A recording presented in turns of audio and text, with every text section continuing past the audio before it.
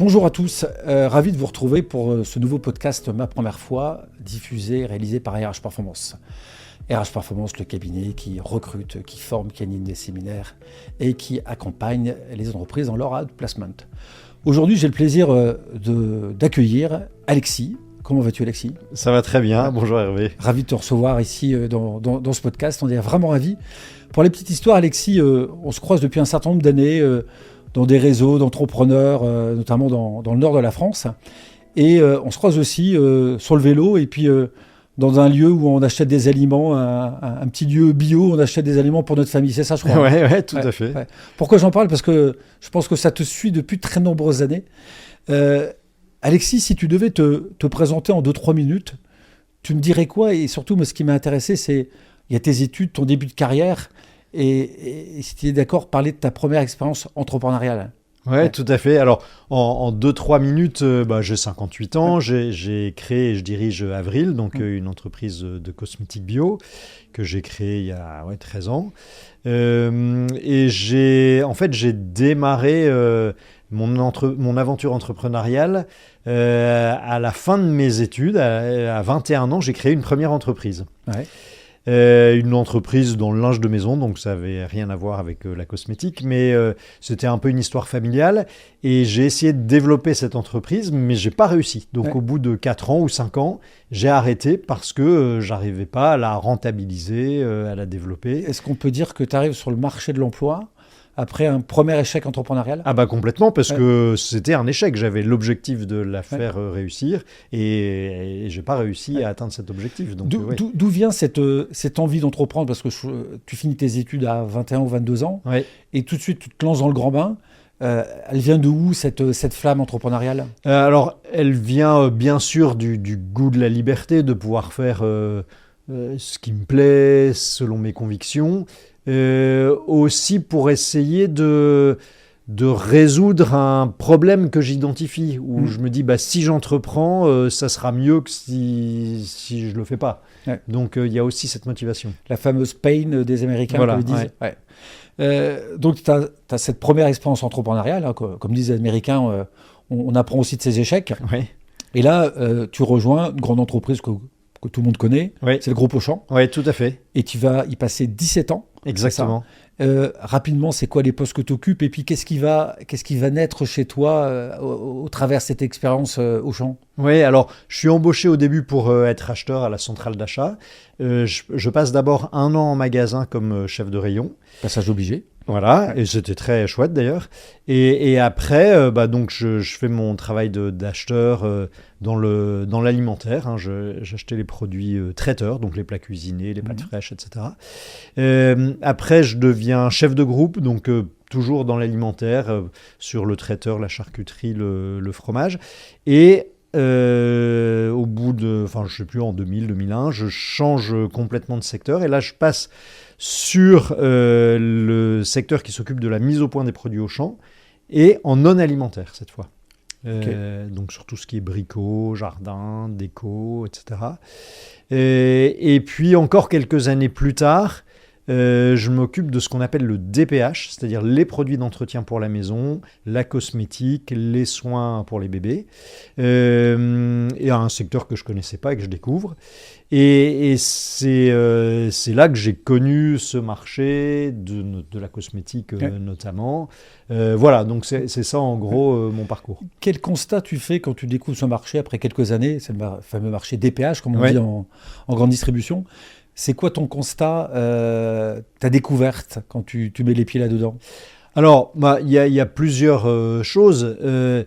Moi, je suis assez écolo de sensibilité et je découvre que sur ce marché, il n'y a pas du tout cette préoccupation. Donc moi, j'essaie de contribuer à ça. Par exemple, je lance des produits Auchan pour la maison avec l'écolabel européen pour qu'ils soient moins polluants. À marque Auchan, toujours les dentifrices, ils sont vendus dans un tube sans étui carton en plus autour. Et je vois que ces préoccupations, elles ne sont pas du tout partagées par les industriels, par les marques. Voilà, donc ça, c'est un constat. C'est ça qui te heurte, c'est la réponse des industriels, en tout quel positionnement. Ouais. Oui, tout à fait. Ouais, parce que pour eux, le marketing, c'est plus important que l'environnement. Et ça me. Quand on a préparé notre rendez-vous, tu me disais que tu as bataillé, malheureusement ça n'a pas fonctionné, avec les grandes marques de dentifrice pour qu'ils vendent leurs produits sans la petite boîte en carton. Oui, exactement. Et comment ils ont réagi, tu me disais? Ah oui, alors tous les ans, je leur disais aux 3 grands acteurs du dentifrice, les marques, c'est Signal, Colgate, Oral-B, je leur disais, mais enlevez les tuyaux en carton autour de vos tubes de dentifrice, parce qu'ils servent à rien. Les gens, quand ils arrivent chez eux, ils les enlèvent, ils les jettent à la poubelle. Ça pourrait représenter... c'est énorme. Quand on fait le calcul, il y a 70 millions de Français qui utilisent en gros 10 dentifrices par an. C'est 5 000, 7 000... tonnes de carton par an inutiles. Donc je leur disais, mais enlevez ça, et en fait, ils n'ont jamais voulu. Comment tu vis ça en tant que... À l'époque, tu étais intrapreneur, parce que tu étais chez Auchan, tu t'es pas encore lancé. Tu as cette sensibilité écolo, cette sensibilité entrepreneuriale. Comment tu réagis face à ces postures? Ça me révolte, parce que, en fait, c'est ce que je disais à l'instant. C'est-à-dire que pour eux, le marketing, la visibilité, c'est plus important que l'impact environnemental. Alors qu'ils habitent aussi sur cette planète, donc ils auraient pu s'en préoccuper. Et est-ce que quelque part, sans le savoir, ils sont en train de te rendre service?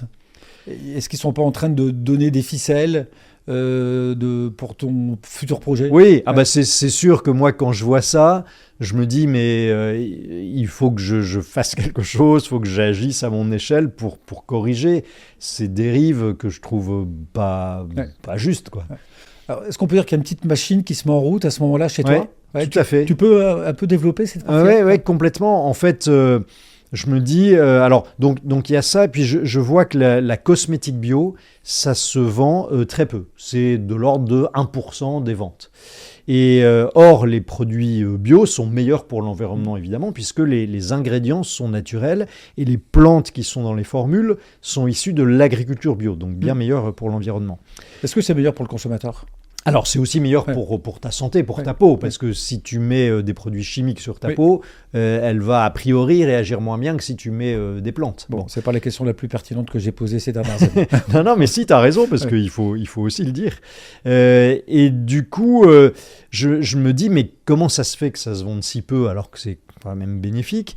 Et je me rends compte que c'est une histoire de prix. C'est-à-dire que comme ça coûte plus cher à produire, c'est vendu plus cher. Et les gens, ils font attention, c'est normal, à leur porte-monnaie.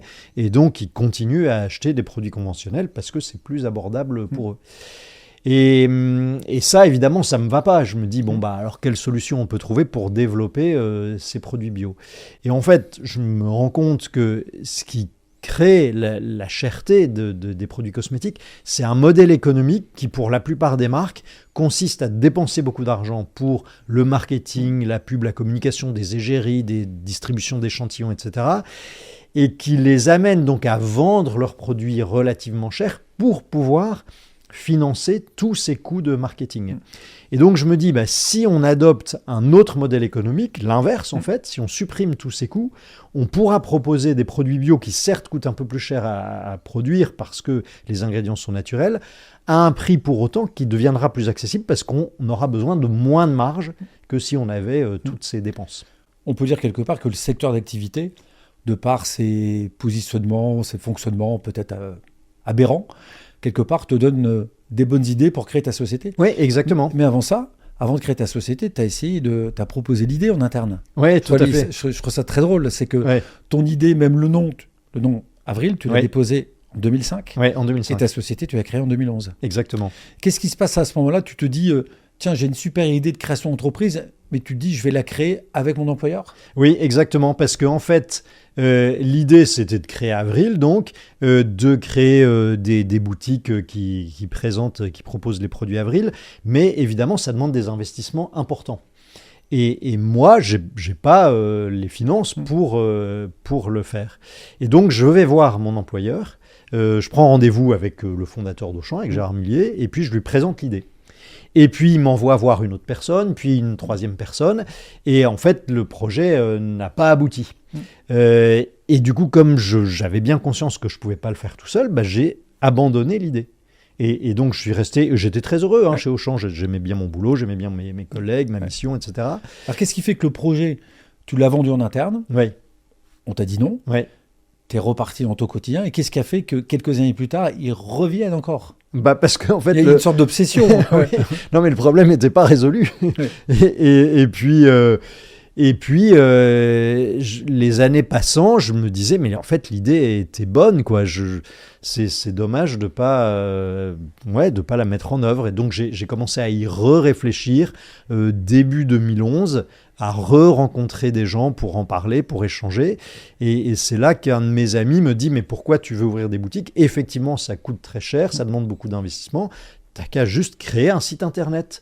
Et c'est beaucoup moins de dépenses. Et c'est cette idée du création de site internet qui fait où tu dis j'y vais, je Ouais, me lance. Exactement. Ouais. Je revois le modèle économique, je me dis ah bah effectivement je peux le faire avec l'épargne que j'ai accumulée dans cette entreprise, avec l'épargne salariale, et puis en sollicitant aussi des amis qui vont devenir du coup associés dans l'aventure et qui vont aussi investir. Et donc ça devient possible parce que moins cher en investissement. Qu'est-ce qui fait, si je fais le calcul, tu dois avoir une quarantaine d'années, tu as une maison, tu as des enfants qui font peut-être des études. Qu'est-ce qui fait qu'à un moment ou à un autre, tu quittes cet environnement qui a ses avantages et inconvénients, mais tu quittes un environnement sécurisé, tu as un salaire, tu as une voiture, tu as un plan d'épargne logement, tu as tout ce que tu veux, un titre, on peut tout imaginer. Qu'est-ce qui fait qu'à un moment ou à un autre, tu lâches tout ça pour se lancer dans le gros saut de l'entrepreneuriat et j'imagine être au chômage pendant 1 an et demi, 2 ans et rétrécir la voilure, etc. Qu'est-ce qui fait qu'on lâche tout? Eh ben, la conviction que c'est important d'agir à son échelle. Voilà, donc je me dis, bah, il faut que je le fasse parce que ça me tient à cœur, parce que je pense que ça peut marcher. Évidemment, c'est indispensable que ça fonctionne, que ce soit rentable, sinon on n'arrive à rien. Voilà, donc j'y crois et j'y vais. Et puis j'ai confiance en moi. Si je me dis, bon, bah, si j'échoue, j'ai déjà échoué une fois, je rebondirai quand même. Voilà. Je voulais réagir, tu as employé peut-être inconsciemment plusieurs fois le terme « il faut que ». Concernant ce projet, moi, je l'associe à une sorte de devoir, une sorte de mission. Oui, tout à fait. Est-ce qu'il y a ce côté-là dans le projet d'Avril? Bah, disons que moi, je suis assez écolo et j'ai conscience de cette urgence environnementale et de la nécessité d'agir. Et donc, je me dis, moi, à mon échelle, qu'est-ce que je peux faire? Et si je peux faire quelque chose, oui, il faut que je le fasse. Parce que pourquoi j'agirais pas? C'est mon rôle aussi, finalement. Donc, 2011, tu quittes Auchan avec ta petite épargne. Et puis, tu te lances. Et puis, je crois que les premières années... c'était pas Steve Jobs dans son garage, mais on n'en est pas loin, quoi. Ouais, tout à fait. En fait, comme j'ai eu cette idée un peu saugrenue de ne rien dépenser pour la communication et la notoriété de la marque, bah, ça marche très bien. Elle est absolument inconnue. Bravo. Ouais, super. Et du coup, sur notre site internet, bah, on vend rien, quoi. On a 1 commande par jour, 2 commandes par jour les beaux jours. Donc, c'est un peu difficile. Alors, tout de suite, j'essaye un deuxième canal qui est les magasins bio, les pharmacies, les sites internet de cosmétiques bio. Donc, j'essaie de leur proposer nos produits. Donc, pareil, personne n'attendait avril avec des étagères vides en attendant que mes produits arrivent. Donc c'est difficile de les convaincre, mais voilà, donc un après l'autre, quand même, je réussis à avoir quelques revendeurs. Mais effectivement, les débuts sont difficiles et voilà, on est déficitaire 1 an, 2 ans, donc c'est un peu d'inquiétude. Comment tu vis ce moment-là où tu as quitté, tu avais un gros poste, tout ce qui va avec, tu te retrouves dans ton garage, je crois que tu m'as dit qu'au début vous étiez 3, 3 pendant 2-3 ans, etc. Comment tu vis ce moment de doute, le business ne marche pas ou pas assez il y a des ventes, ok, mais vous êtes déficitaire, le modèle ne marche pas. Exactement. Est-ce que tu es dans une période de doute Oui, complètement. Ouais, c'est vraiment inquiétant parce que je me dis, mais quand est-ce que ça va décoller? Est-ce que ça va décoller? Donc, il y a ce mélange d'inquiétude, mais aussi d'optimisme, parce que mes associés, ils sont très encourageants. Ils disent, ok, ça marche pas comme prévu, mais persévérons. Enfin, voilà, faut continuer à essayer. Le rôle des proches dans ces périodes de doute, est-ce que si on fait un petit chemin en arrière, J'espère qu'ils t'ont aidé, parce que si je te pose la question, Oui. il se trouve que les proches peuvent avoir un rôle prépondérant dans ces Oui, situations-là. tout à fait. Ouais, tout à fait. Oui, encore une fois, mes associés, ils ont été hyper positifs, quoi, alors que franchement, c'était pas reluisant au début. Ouais. Et donc voilà, mélange d'inquiétude et quand même d'espoir. Et donc, je persévère, je continue. 2011, tu te lances, des années un peu difficiles au début, peut-être un business qui se cherche, etc. Et tu me disais, le point de bascule, si je peux l'appeler comme ça, c'est 2016. Qu'est-ce qui s'est passé en 2016 ? Oui. Alors, en fait, ce qui s'est passé avant 2016, c'est que 2011, 2012, 2013 déficitaire. À partir de 2014, on arrête de perdre de l'argent, donc c'est une bonne nouvelle. 2015, on devient bénéficiaire. 2016, on va l'être aussi. Et à ce moment-là, je me dis, maintenant qu'on a les moyens d'ouvrir une boutique, faisons-le, puisque c'était l'idée du départ. Et en plus, on était très sollicité par des gens qui disaient, mais moi, j'ai envie d'utiliser vos produits, mais j'ai besoin d'abord de les essayer. J'ai besoin de savoir si le fond de teint correspond à ma carnation, si le gel douche sent bon, si la poudre, elle tient bien. Sur Internet, évidemment, on n'offrait pas de solution à ce besoin. Et chez nos revendeurs, ils n'avaient jamais toute notre gamme de produits, ils n'avaient pas toujours des testeurs pour les essayer. Donc on se dit, il faut qu'on ouvre une boutique. Et donc on décide d'ouvrir, fin 2016, une boutique dans le Vieux-Lille, près de notre bureau, pour qu'on puisse y être tous les jours et puis ajuster le modèle. Et en fait, ce qui s'est passé d'assez magique, c'est que le jour où on a ouvert cette boutique, elle a été remplie de clients tout de suite. Comment tu l'expliques, ça ? Alors, ça, tu fais rêver beaucoup de... Oui, alors effectivement, moi j'étais surpris, je m'y attendais pas du tout, mais je l'explique par deux choses. La première chose, c'est que on avait un début de notoriété locale, parce que ça faisait 4 ans qu'on existait, qu'on était revendu un peu dans des magasins bio de la métropole lilloise, puis que par réseau, il y avait des gens qui connaissaient Avril, et donc ça faisait une partie de la clientèle du magasin. Et l'autre raison, c'est l'emplacement. En fait, l'emplacement, il est très bon. C'est rue Écarmoise, pour ceux qui connaissent Lille, c'est la meilleure rue commerçante du Vieux-Lille. Donc, des gens passent devant, voient une boutique de cosmétiques bio, ils sont curieux et entrent. Voilà, donc c'est important d'avoir un très bon emplacement. Donc c'est ces deux facteurs qui expliquent le... Pourquoi Avril ? Pourquoi ce mot Avril ? Pourquoi Avril ? Parce que quand j'étais enfant, dans notre jardin, chez mes parents, à Tourcoing, il y avait un magnolia. Et au mois d'avril, c'était le moment de la floraison. Et on adorait, avec ma famille, mes frères et sœurs, mes parents, ce moment. On était émerveillés, en fait, par la beauté de cet arbre qui trônait au milieu de notre jardin. Et donc, quand je cherchais une idée de nom pour mon entreprise, pour ma marque, ça m'est venu comme ça, parce que pour moi, ça évoque vraiment la nature, quoi, le printemps, la floraison, les parfums qui reviennent. Voilà, donc je trouvais que c'était très évocateur de la cosmétique bio. Avril, quelques années plus tard, donc 2016, première boutique. Oui. Nous sommes en 2025, 9 ans plus tard. Oui. Je crois que vous êtes quoi ? 70 boutiques 62, on sera 70 à la fin de l'année. Donc 70 à la fin de l'année. Oui. Donc une sacrée progression. Oui. Et vous étiez 3 en 2016 ? Exactement. Ou 2011 en tout cas. Oui. Vous êtes combien aujourd'hui ? Oui, on était 3 en 2016 jusqu'à ce qu'on embauche l'équipe de la première boutique. Et aujourd'hui, on est 250. Alors 250, c'est surtout dans les boutiques qu'on est nombreux, puisque sur nos 62 d'aujourd'hui, on en a 52 en propre. Et c'est 3-4 personnes par boutique. Donc ça fait un peu plus de 200 dans les magasins. Et puis au siège, on est 30. Et dans l'entrepôt, on est 10 pour préparer les commandes. Ok. Il y a une question qui me taraude. C'est souvent, on aime bien mettre les mondes en opposition. Oui. Est-ce qu'on peut, Alexis, faire du business, être profitable, être en croissance, et en même temps respecter la nature, avoir des engagements écolos, sociétaux, sociaux, etc. Est-ce que les deux sont conciliables ? Alors oui, c'est conciliable. Enfin, nous, en tout cas, on réussit à le concilier. En fait, dans les actions qu'on peut mener pour l'environnement, il y en a plein qui sont plus économiques que si on ne le faisait pas. Par exemple, le fait que dans nos boutiques, on ne donne pas un sac marqué Avril pour faire de la pub dans les rues, c'est plus économique que si on les distribuait. Donc il y a des choses comme ça faciles. Le fait qu'on ne distribue pas d'échantillons pour faire essayer les produits, c'est plus économique que si on en distribuait. Donc il y a des choses plus économiques. Il y a des choses qui sont effectivement un petit peu plus chères. Par exemple, depuis 6 mois, on a réussi à transporter plus de la moitié de nos approvisionnements de la part de chez nos sous-traitants jusque notre entrepôt à côté de Lille en train, alors qu'avant on le faisait en camion. Ça coûte un petit peu plus cher. Mais on se dit, vu l'impact carbone que ça a de passer par le train, ça vaut le coup. Et puis c'est un tout petit peu plus cher, donc économiquement c'est pas insupportable.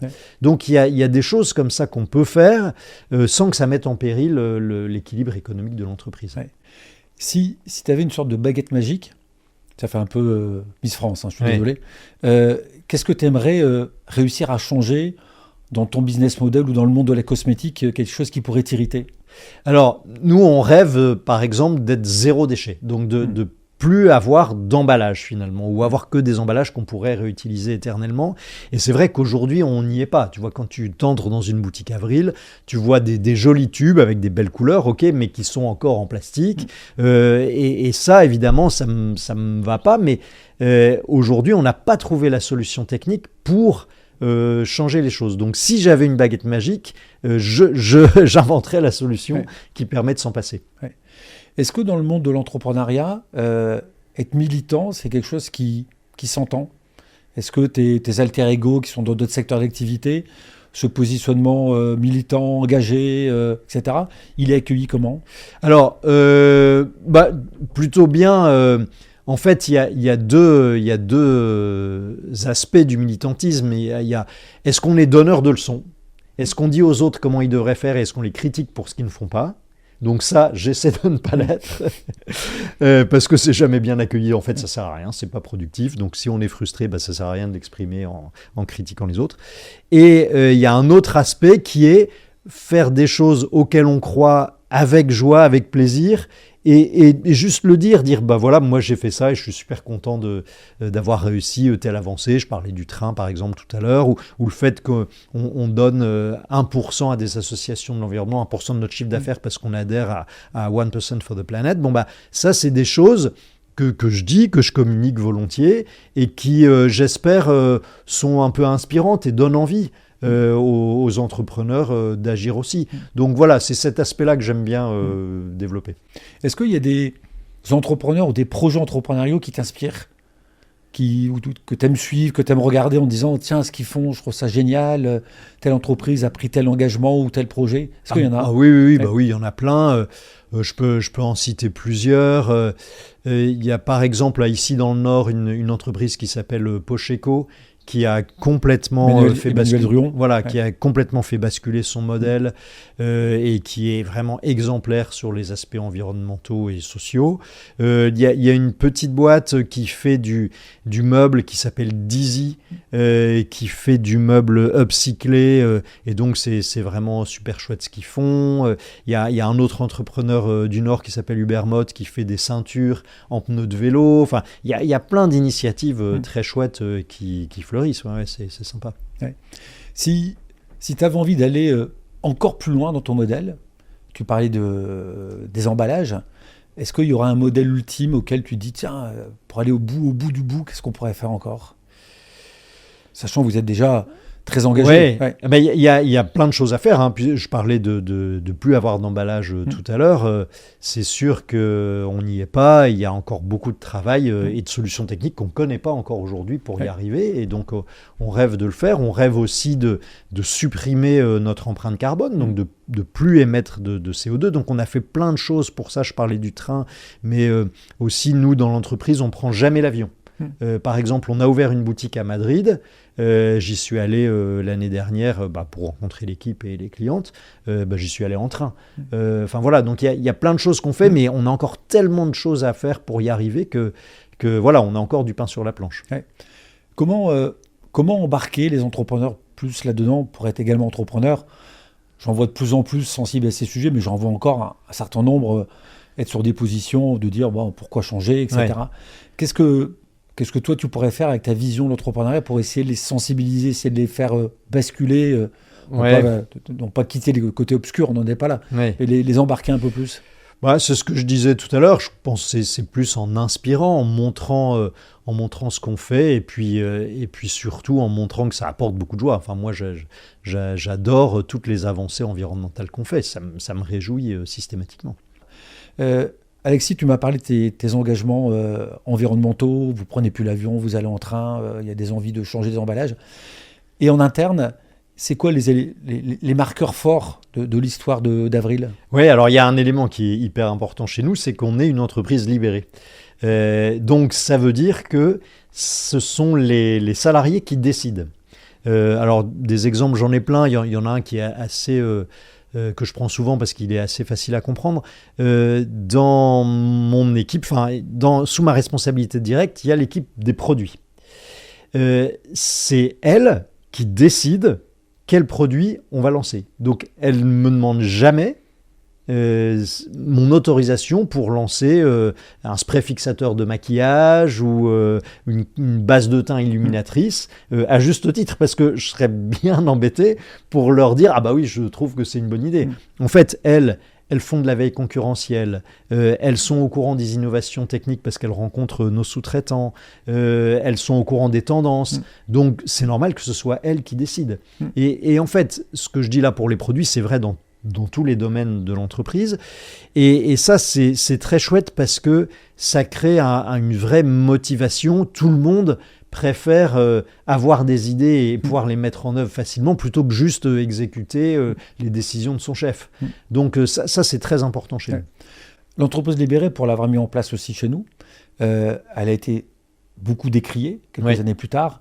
Qu'est-ce qui fait que ça marche, l'entreprise libérée, dans ton entreprise en particulier ? Oui, alors effectivement, en fait, ce mot libéré, il décrit pas tellement ce que c'est, parce qu'on croit que c'est la foire, que tout le monde peut faire ce qu'il veut, n'importe comment. Plutôt autonome, on va plus parler d'autonomie. Oui, c'est difficile de trouver le bon mot, mais en fait, ce qu'il faut comprendre, c'est que cette liberté, elle est à l'intérieur d'un cadre donné. Et c'est très important de bien définir le cadre pour que justement ses collègues sachent que tant qu'elles sont dans le cadre, elles ont la liberté totale d'agir. Et c'est ça qu'il faut bien comprendre, c'est qu'on peut fixer un cadre. On peut dire il y a des règles et tu dois te conformer à ces règles. Parce que ce qui peut être compliqué, c'est pour les managers dans une entreprise libérée qui pourraient croire que elles ne peuvent pas donner de cadre à leurs collaborateurs ou collaboratrices. Voilà. Mais donc oui, on peut.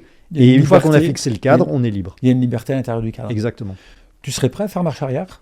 Ah bah jamais. Et puis je peux te dire un truc, c'est que mes collègues, elles seraient pas prêtes à ce qu'on fasse marche arrière. Et elles me le disent. Elles me disent, mais maintenant que que je connais une entreprise qui fonctionne comme ça et que j'ai goûté au bonheur de travailler dans une boîte comme ça, jamais j'irai dans une entreprise où juste je vais exécuter des ordres qui ne me semblent pas pertinentes ou aller dans le mauvais sens, etc. Qu'est-ce qui t'a fait basculer sur ce choix de quitter le modèle un peu pyramidal qu'on a tous connu, vers ce modèle-là c'est quoi le déclic ? Alors, il n'y a pas eu de déclic parce que moi, je suis plutôt à l'aise avec ça. J'aime beaucoup.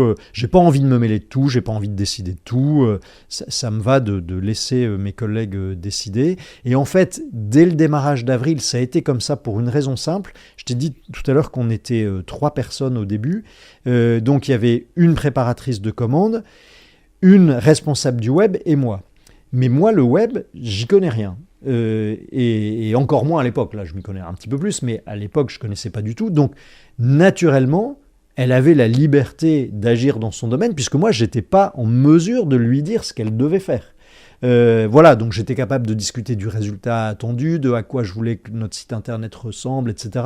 Mais pas comment elle devait faire, comment elle devait s'organiser, ce qu'elle devait faire, etc. Donc, dès le début, on a été organisé comme ça, avec cette grande confiance, cette autonomie, et ça a très bien marché. Donc quand on a grandi, c'est resté un peu le mode de fonctionnement. Et en fait, au démarrage, je ne savais pas ce que c'était qu'une entreprise libérée. C'est qu'à partir de 2017-2018, que j'ai commencé à en entendre parler, à avoir un intervenant dans mon club APM qui m'en a parlé, à lire le fameux bouquin de Frédéric Laloux qui s'appelle Reinventing Organizations, qui explique ce que c'est ce qu'il appelle une organisation opale, et donc une entreprise libérée. Et c'est là que j'ai plus conceptualisé l'idée, mais elle était déjà en place chez nous. On arrive tout doucement au terme de ce podcast. Je pense que je te réinviterai dans quelques années pour voir où vous en êtes aujourd'hui. Ton rêve pour avril, c'est quoi ?